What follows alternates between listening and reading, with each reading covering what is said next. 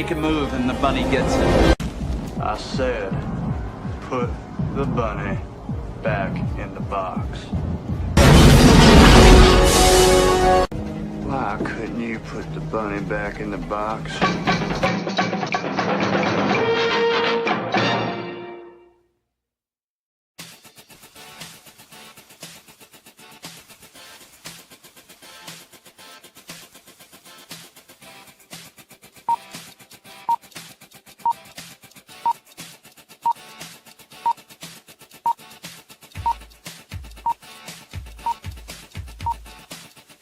It's showtime.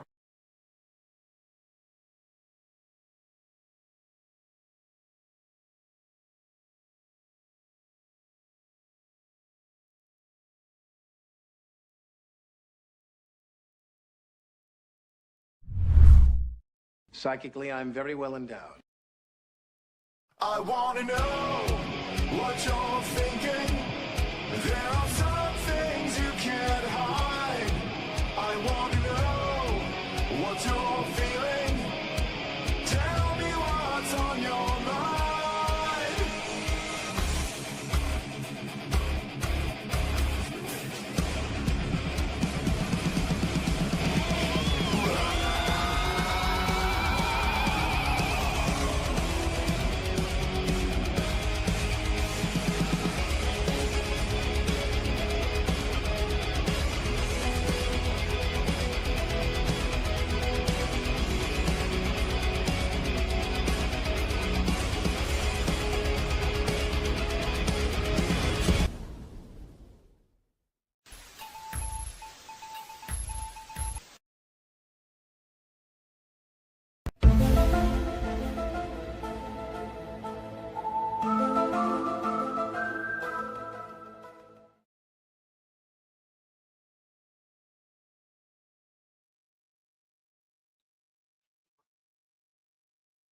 Hey there, everybody.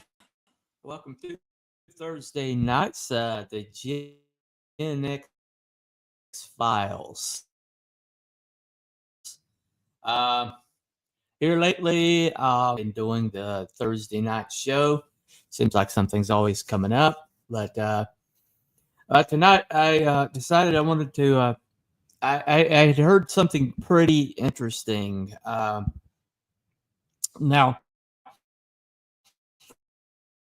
most of the time, when you think of the younger generations, I remember watching the Millennials come in, and we were the grunge era, just coming out of the hair metal and everything like that, and then Millennials come in, and the Millennials were listening to like boy bands and stuff like that. And we were watching, the beginning of stuff like, we're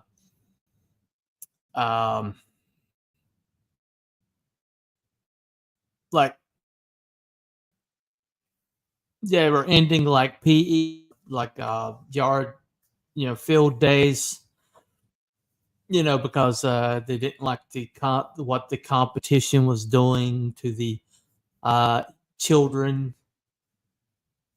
The participation ribbons were coming in, and we were watching this younger generation was kind of a horror, but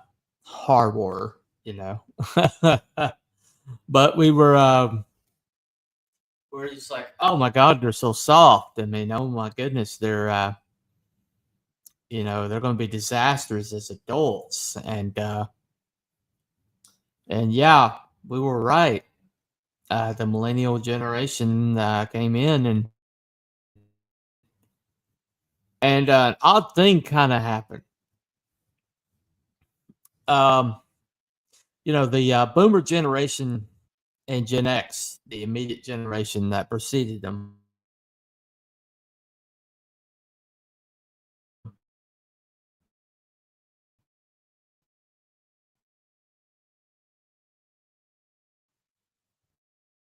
always had this kind kind of like, I mean,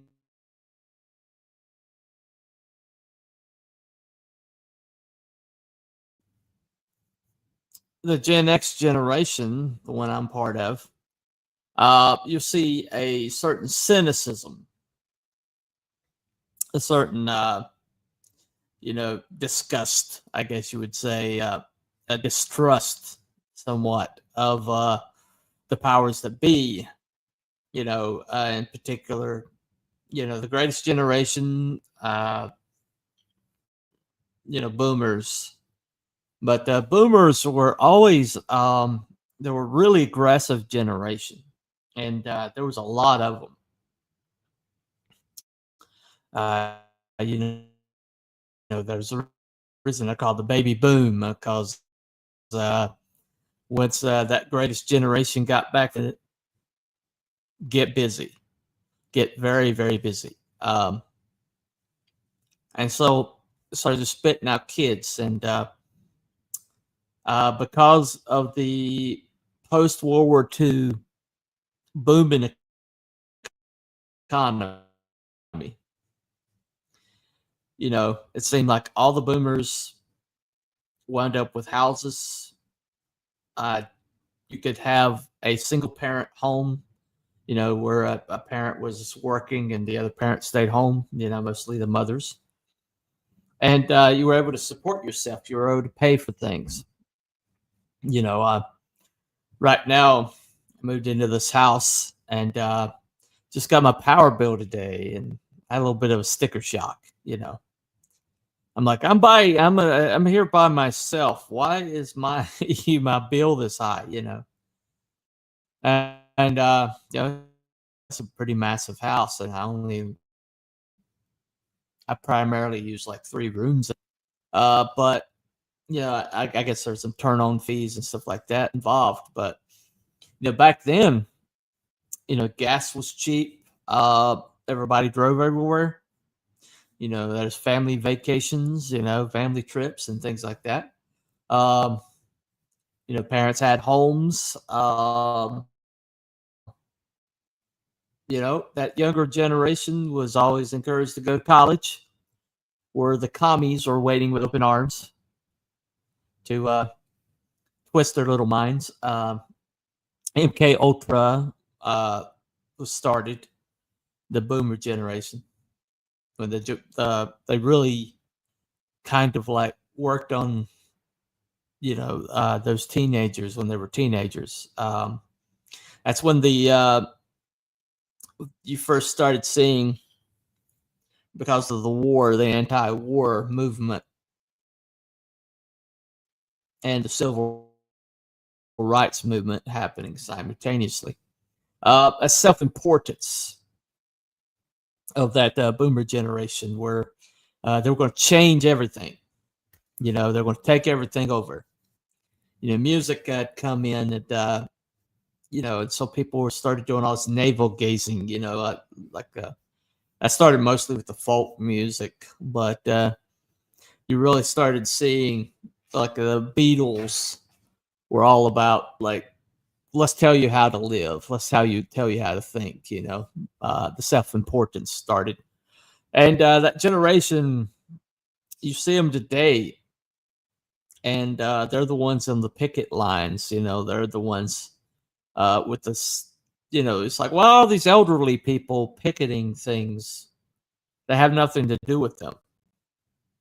And it's like they're reliving their glory days. And it's like they never got over the fact that they believe they ended the Vietnam War and ended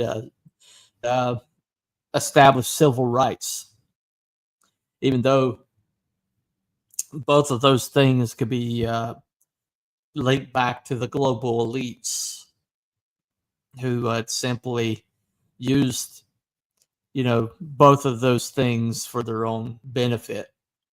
But that generation was kind of smug. They're kind of self-assured. They were, look what we accomplished, and they call them the greatest generation, because they did, the whole Hitler thing. But look what we accomplished, with our, picket signs and our agitation and our, self-absorbance. Look at what we accomplished. The most college educated generation before and probably since Gen X, for whatever reason, maybe because of their distrust of authority or disgust with the boomer generation. Gen X went to college at a lower rate than the millennials, and a lot of what you see in kind of like plumbing and electricians, the trades are mostly filled out by Gen X. If you check their ages, most of them are usually, born between 65 and 80.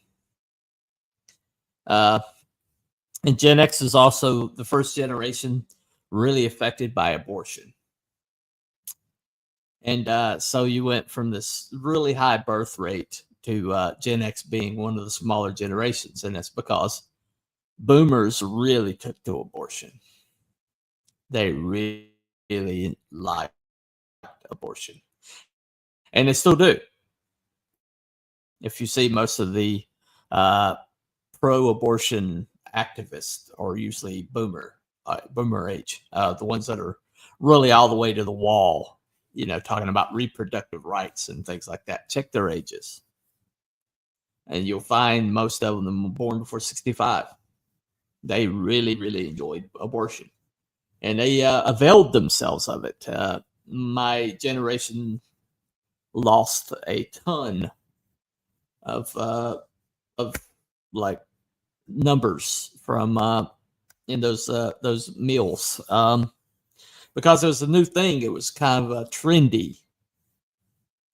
They look women are like entering the workforce in greater numbers, massive numbers, and so the Gen X were pretty much the latchkey generation. We were a generation that was kind of like a transition between two parent, one parent at home kind of situation to both parents working to pay the bills because inflation, especially during the mid to late 70s, Jimmy Carter's administration.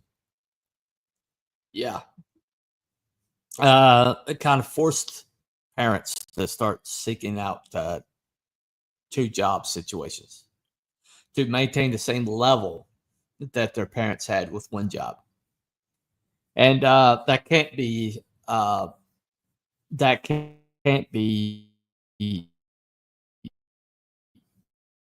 stressed enough. What a devastation that was. They both had jobs. They met at the mental hospital. They worked there. They were in it. They were workers anyway. But my father worked third. My mother worked second. And buying a house, the mortgage note was pretty aggressive. My father wanted to have it paid off by the time he retired. And for a state job, you retire 30, you get 30 years in, you retire. And so most people retire, in their 50s. Plenty of life left. And they had pretty generous retirement programs. So, but my father wanted to pay it off before he retired. He didn't make it past 37. He or my mother, car accident. But, my father stayed home. He worked third shift, so he slept during the morning. Did the yard work, housework, and then we came home. He cooked the supper, and then he went down for a nap. While my mother came home, later on, and we didn't see my mother until except for the weekends. In the state job, it was every other weekend. So we went. That generation kind of like was pretty traumatized by it.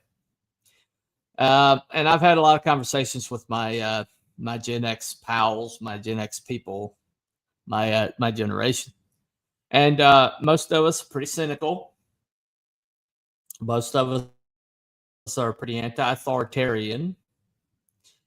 Most of us, I mean, I'm making generalities here, but there's some things that are pretty true of my generation. But then the next generation that came in was pretty much the state control over the children was pretty much cemented by the time millennials came in. You know, this whole preschool, K through 12, straight into college, you know, indoctrination mill was pretty much perfected by the time millennials came in. And so the millennials, I remember watching this millennials coming in. It was late teens, early 20s. And we would watch with horror when we saw these millennials coming in. By then, you know, they a lot of things had changed, you know, the cynicism, the apathy that we were showed. Kind of like there was a odd focus on the millennial generation. Almost like the boomers gave up on the Gen X and went straight to millennials and decided that millennials were their. And so millennials were very driven by a lot of the same activist tendencies that the boomers had.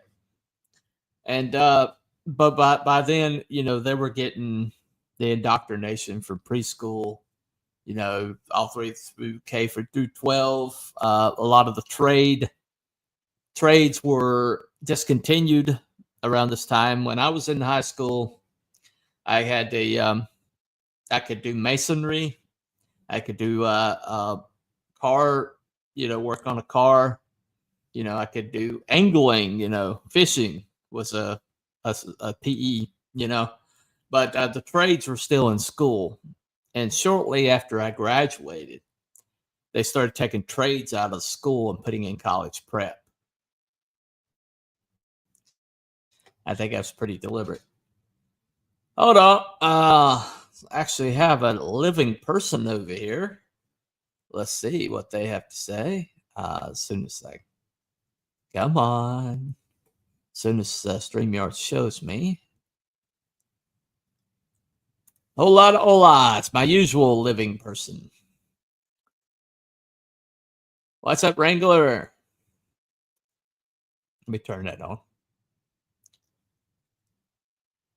There we go. Yeah, let me turn that on so I can see. All right. Welcome.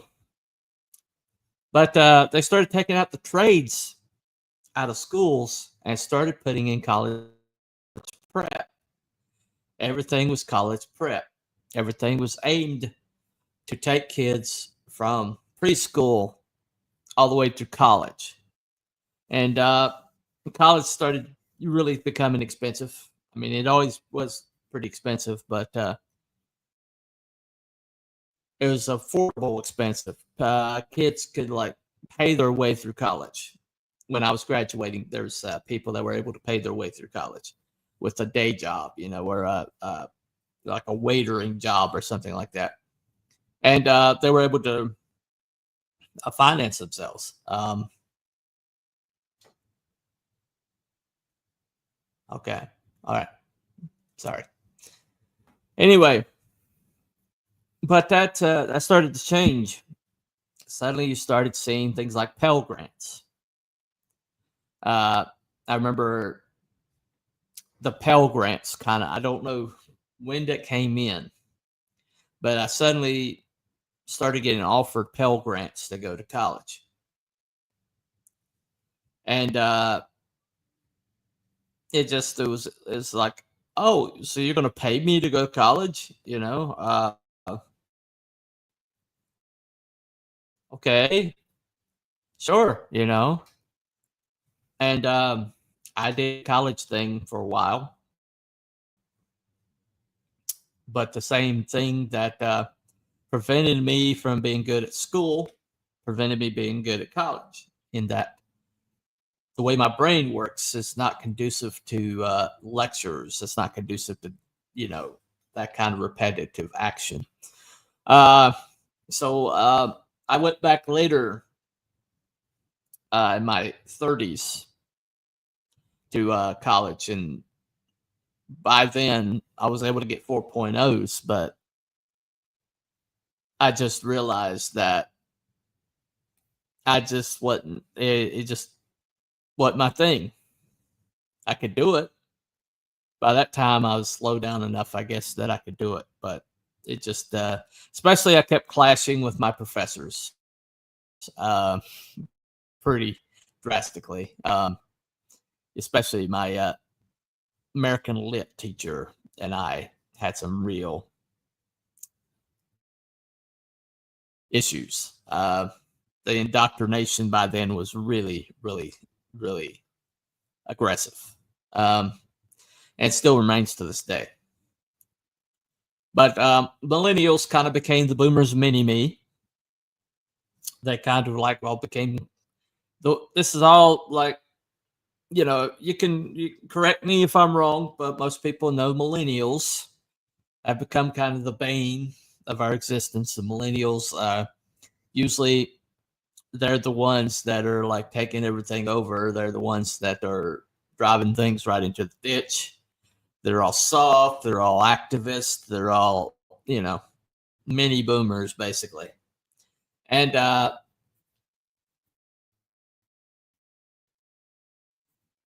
what weird things started happening around this time.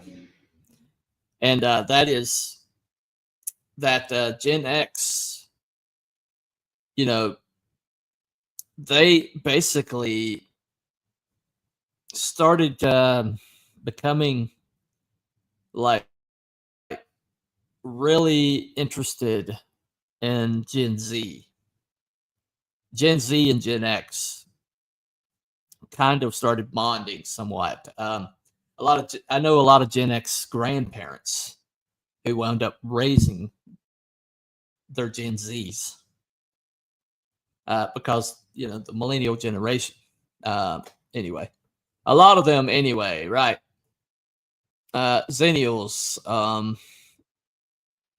are more like us than they are like millennials. Yeah, I'll agree with that. Zennials are like, they're like Gen X. They're still Gen X that might as well be Gen X.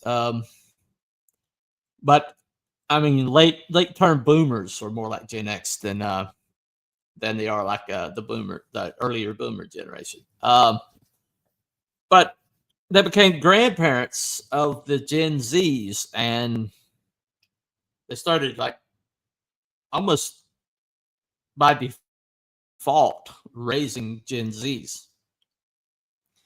And so the Gen Z generation comes in, and they're the brainwashing by that point had reached an apex that it's pretty much maintained for the last couple decades. And the Gen Zs were there's something about indoctrination. There's something about the like MK Ultra stuff, the Project Mockingbird stuff, the the media and everything like that, is that there's something within every man that yearns to breathe free. There's something within every human even the most brainwashed, that causes them to fight against indoctrination, to fight against some other, like entering in and attempting to twist them, warp them, change them into a pattern that's not theirs. And what happens is indoctrination only works through about 2 or 3 generations. And then it starts to, the rebelliousness of the youth will start to break it down. Now, V.I. Lenin, when he took over Russia and made it into the USSR, he basically, according to Solzhenitsyn, according to the Gulag Archipelago, communism really starts with indoctrination in the education system. And they try to get them early. But that first generation that is like was the Red October, was the generation that overthrew the Romanovs and set up a new system of governance. That first generation wound up the first ones into gulags because it breaks down. The indoctrination breaks down eventually. And the way that they maintain it, the way they keep it, is that they keep on replacing the older generation with youth, with because you never found elderly communists. You ever notice that? You rarely find elderly communists that aren't the indoctrinators. The reason you very rarely do you find an older person that changes their mind about communism late in life. Very, very rarely do you find that. Why? It's because that kind of thinking only happens to understand how the world really works. And so it starts breaking down. Now, what happens is, unless you eliminate the older generation, which they did by the millions, and basically raise up the younger generations into positions of authority as early as possible while they're still in the indoctrination phase, and eliminate anybody who gets old enough to say, I'm not sure I buy this anymore. And so what happens is eventually it all starts breaking down. And then it just goes from, that's the media. If you have control of the media and culture, then you can keep hold longer. But it's going to break down eventually. Because you cannot create and indoctrinate at the same time. The very nature of indoctrination, the very nature of propaganda, does not allow for creativity. Creativity is free form. Creativity has to be unfettered, has to be as unaltered as possible as it comes out. The best creative output is one where if you ask the author, where did that come from? They're like, out there. True, amazing creativity. It's almost like you're a divine wind chime. I've heard it said. It's like you're an amanuensis to a god. Okay. In other words, true creativity comes from getting yourself out of the way. And the whole entire reasoning behind propaganda is altering the stream of information to create a certain result that you desire. That's antithetical to creativity. You're seeing it right now. And look at the output we're seeing. They've tried to shape our culture, and they've warped our culture and tried to turn it into propaganda. Tried to, put into gender ideology, put into communist ideology, the anti-family, the anti-Western culture. And they've done their best to twist everything that we loved and everything we enjoyed. But oddly enough, it's had an interesting side effect in the last decade and a half. It's woke up the Gen X, who basically, because the creativity, the art was still so good, Gen X basically numbed itself and basically became a silent generation, became a generation of distraction, and didn't really participate, didn't really pay attention to what was happening. And we didn't buy the indoctrination. We didn't buy a lot of the stuff that was being shoved at us.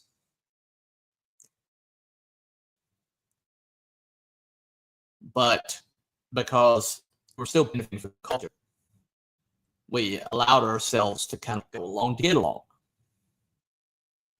We just weren't motivated to change anything.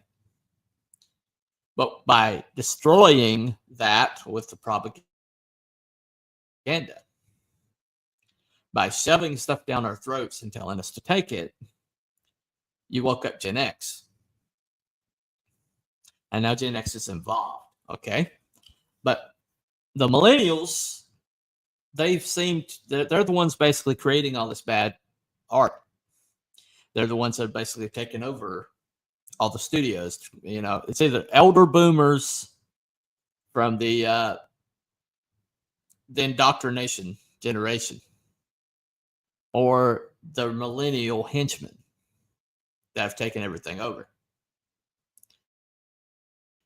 And most of the people that got rid of were Gen X. I mean, look at the age of the Imagineers that they got rid of. And you'll find a lot of Gen X. Disney got rid of the Imagineers. They went next door to Universal Studios. A lot of them were born between 1965 and 1980. And so what happens is they woke up Gen X, but an odd thing happened. When it hit the Gen Z,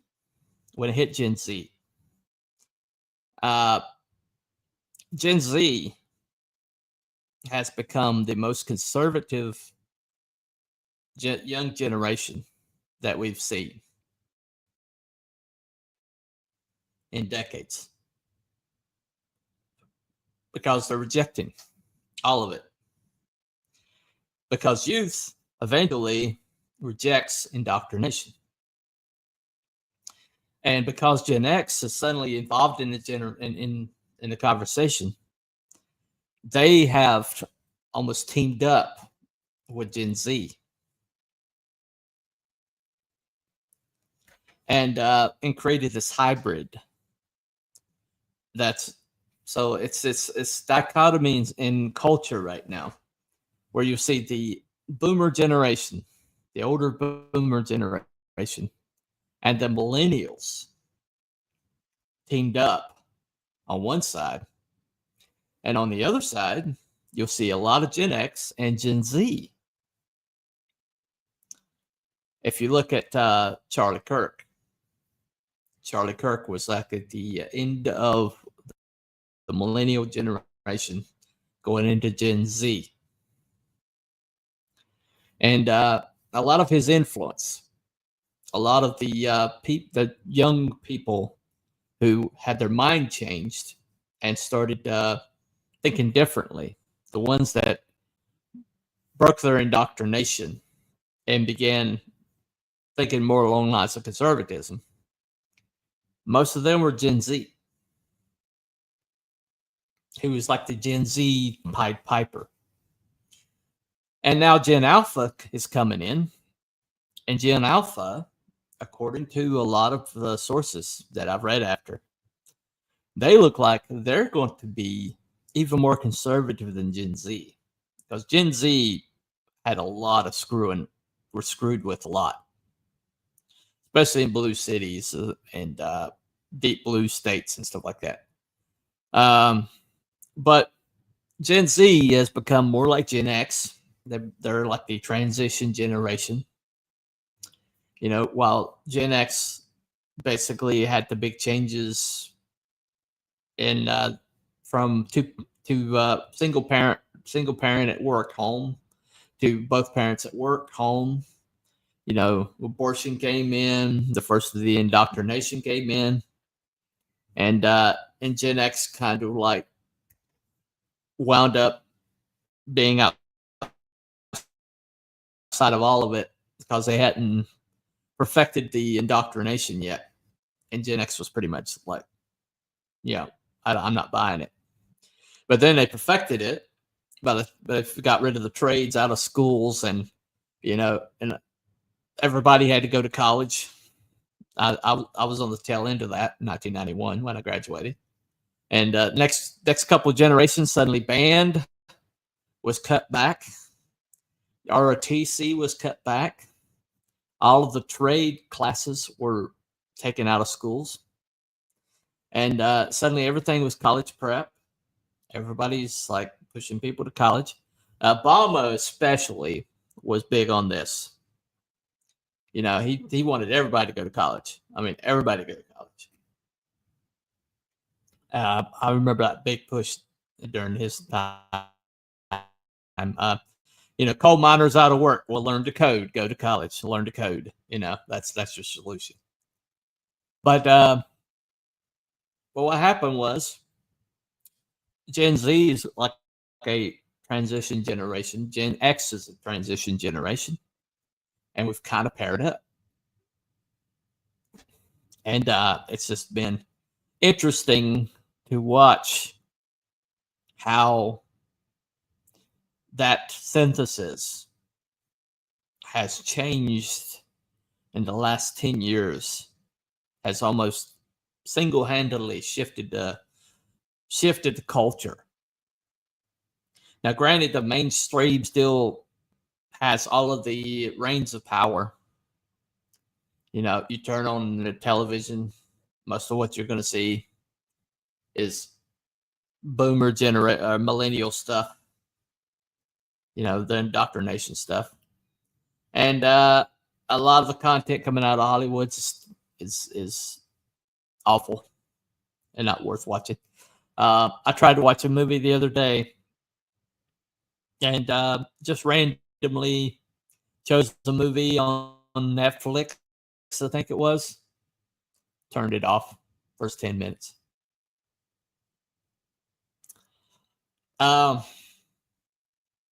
In fact, I used to have this show I did called Is It Good? And I don't indulge in a lot of stuff.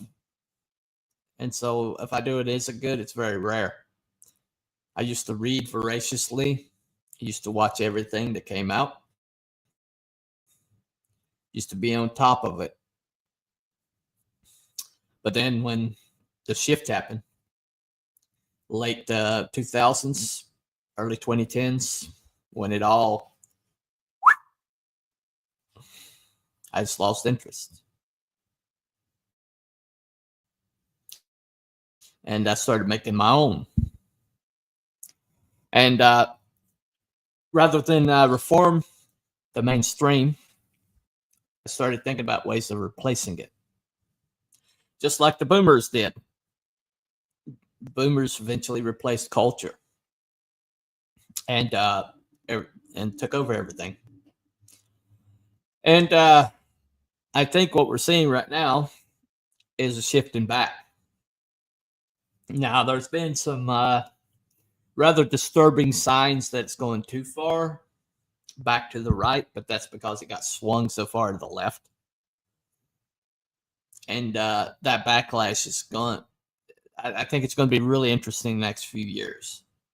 Charlie Kirk's assassination is culture shifting. Is our MLK, our JFK, our RFK, our Malcolm X. All those assassinations happened right at one time. And the last couple of years, they tried to take Trump out. Came very close twice. Dude got convicted the other day. Second guy, and they did succeed with Charlie. And so we are in a transition time, very much like the 60s, except we're going back from the far left to where they took us and heading back towards the John Wayne generation, the family values, the conservatism, I don't think we'll ever go fully back the way we were. But Christianity, I just watched that funeral the other day, 8 hours of some of the most powerful politicians in our country. And they were all preaching and professing faith significantly enough that you could tell they knew what they're talking about. And so Biden, the ultimate push to once and for all to lock in what's been attempted to be locked in since the 60s. That was the nadir. That was the pinnacle of their attempts to finally shift our culture away from Western values and permanently cement it into the Bolshevik, Marxist, left-wing, philosophy. They were supposed to, they finally got control of everything. They took it basically, and they postponed a shift that was already happening with 2016 election, and they did their best to try to destroy everything that made 2016 possible.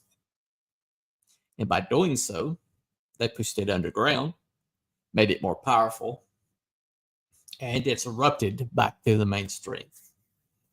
Now, the mainstream is not giving up without a fight. They are going to fight to the last they. I would you say to the last man, but I don't know what pronoun they are.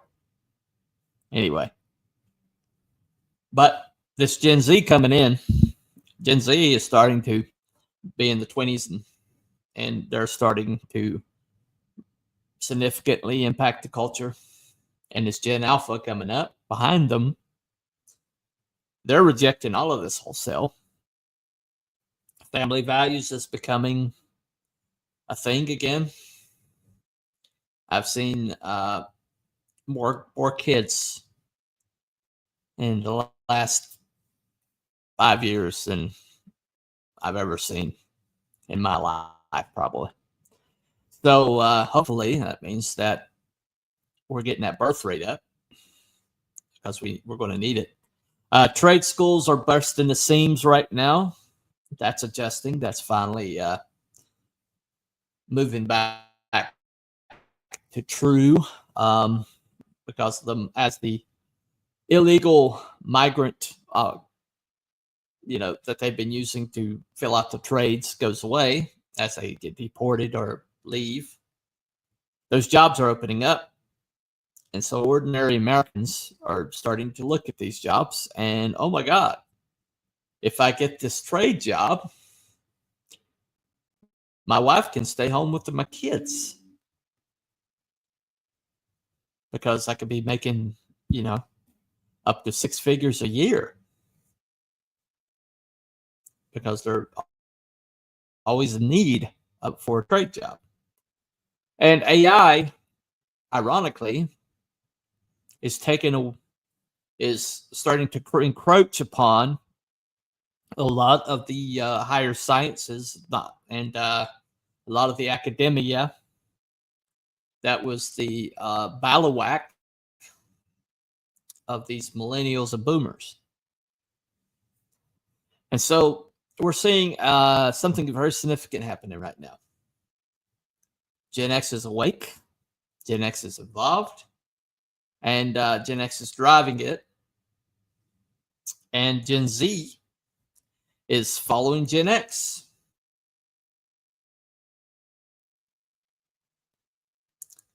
So Gen Alpha is going to be interesting because Gen Alpha will be the first generation. They're going to be the Charlie Kirk generation. They're going to be the post-Charlie Kirk generation.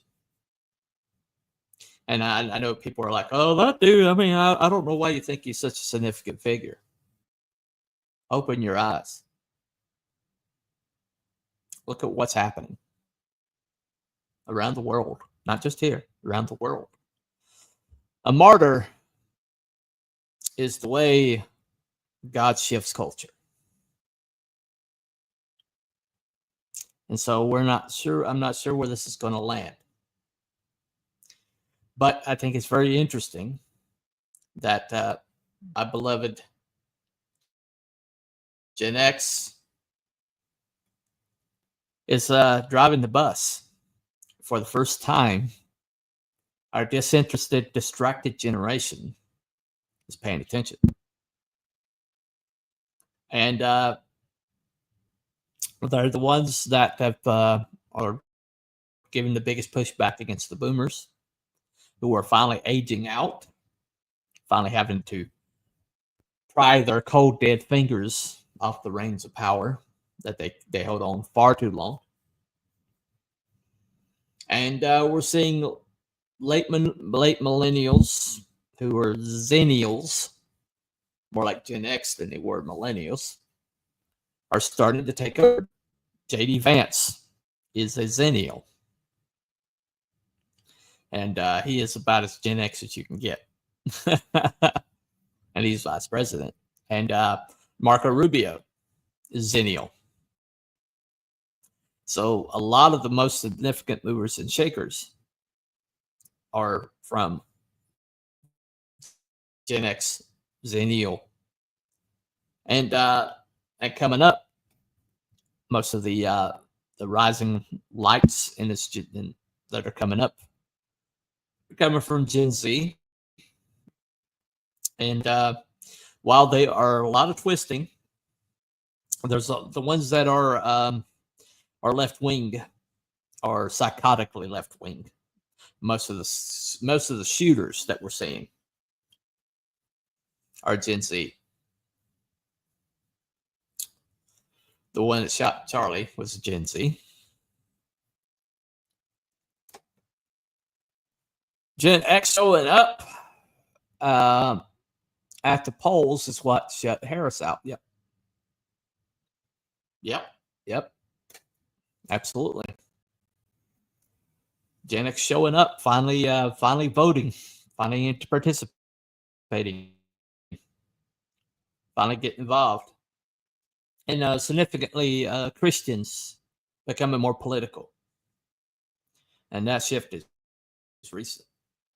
The Amish actually participating in society because they wouldn't leave them alone. As West Swung, Pennsylvania. Scott Pressler saw that coming and anticipated that. Scott Pressler outside of Charlie Kirk, is probably one of the biggest pushers of culture, and I really hope that dude has some heavy duty security.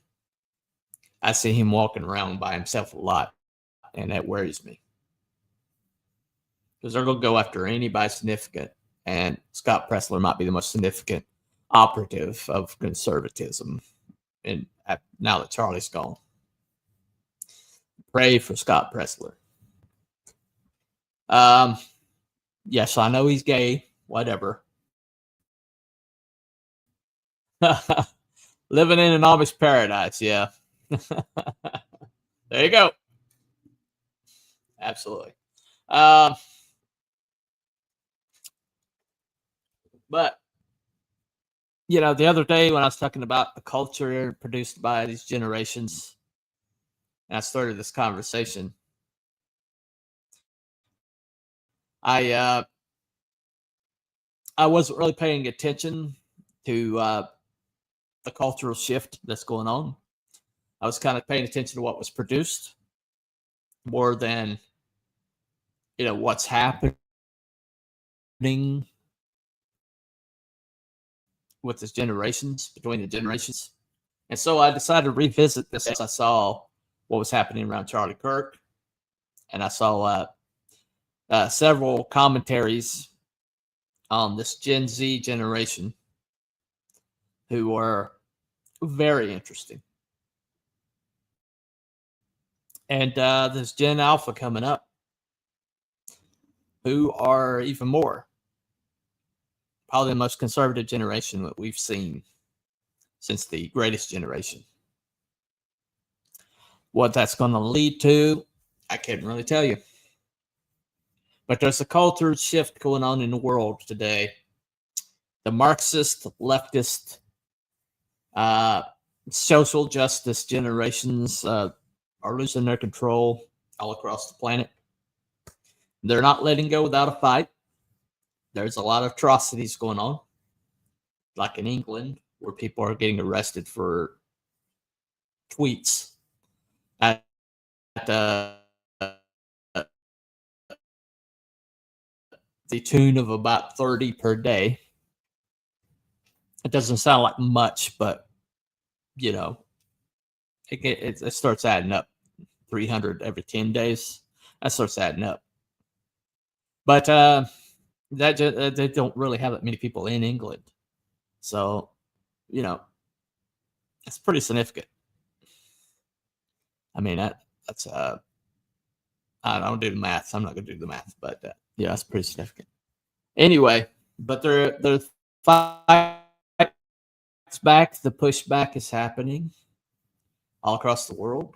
The shift is happening, and we're writing the culture for this new world.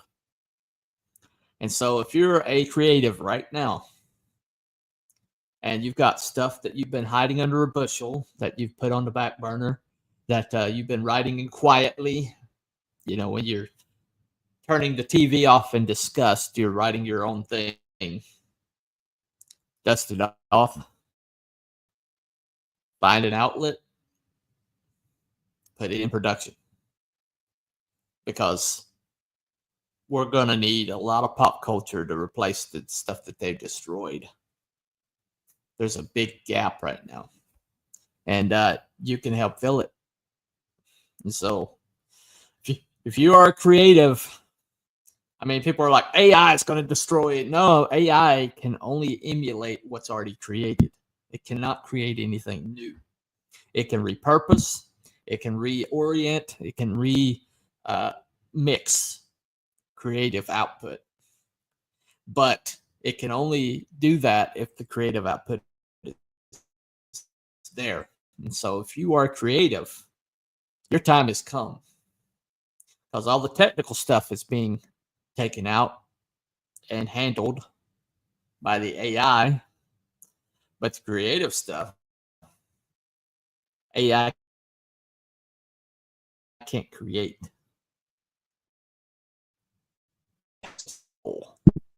That takes a connection to divine. And AI will never have that. So don't despair if you're creative. get busy because the shift is coming, and we're going to need all new stuff to replace everything else that they've destroyed.